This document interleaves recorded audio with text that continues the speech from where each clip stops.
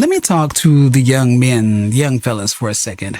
And I'm not here to insult you. I'm not here to lecture you. I'm here to warn you.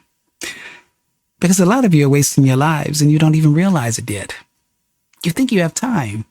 You think you'll lock in later. You think this phase in life does not count.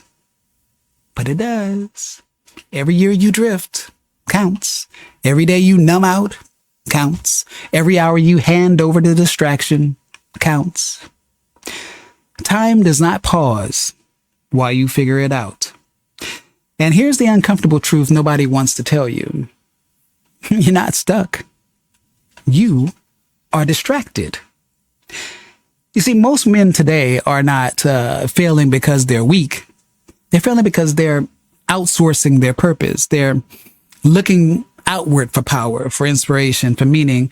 They latch on to personalities, to influencers, podcasters, political figures, online ideologues. They treat them like shortcuts to identity. Admiration is fine. Learning something, a new skill, something like that is fine.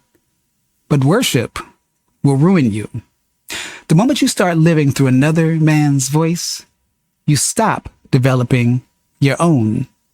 And that's dangerous because no figure, no matter how confident, no matter how based, no matter how articulate, is going to live your life for you. They don't wake up with your regrets. They don't carry your missed opportunities. They don't pay the price for your procrastination. You do. And while you're arguing online, chasing outrage, binge watching truth, and feeling productive because you're informed, your life is slipping away. Quietly. You don't lose life all at once. No, you leak it. You leak it scrolling. You leak it waiting. You leak it telling yourself, I'll start next year. Let me tell you something that most men don't realize until it's too late. You do not regret the things you tried and failed at. You regret the things you never tried at all. The risks you didn't take. The skills you never built. The discipline you postponed. The relationships you neglected.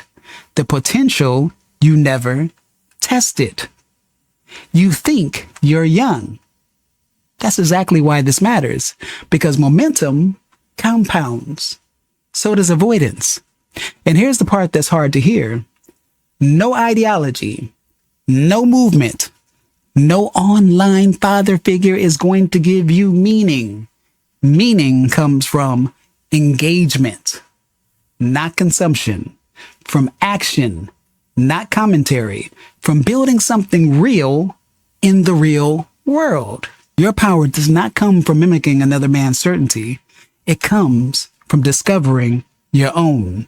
And that only happens through friction, through effort, through discomfort, through responsibility, not through endless analysis, not through rage bait, not through living vicariously through someone else's life. You don't need another voice telling you who to hate or who to fear. You need to ask yourself one brutal question. If my life ended tomorrow, would I be proud of how I used my time? I didn't say impressed. I didn't say validated. Would you be proud? Because time does not negotiate. It doesn't care about your plans. It doesn't care about your excuses. It doesn't care how unfair the world feels. Time keeps on moving. And one day, and this is real, you're going to wake up and realize you waited too long. Waited too long to start. Waited too long to commit. You waited too long to take ownership. And that's when regret hits the hardest. And it's not because you failed. It's because you never fully lived. So here's what I suggest. Take it or leave it. Stop idolizing men you do not know. Stop letting algorithms shape your identity. Stop waiting for permission to become disciplined, to become capable, to become grounded. Look inward. Ask yourself, what am I avoiding and why? What am I capable of if I stop hiding? What would my life look like if I actually took responsibility for it? Because no one is coming to save you. And that's not bad news. That is actually freedom, because it means your life is yours to build or your life is yours to waste. Either way, the clock is already ticking. The question is, what are you going to do with it?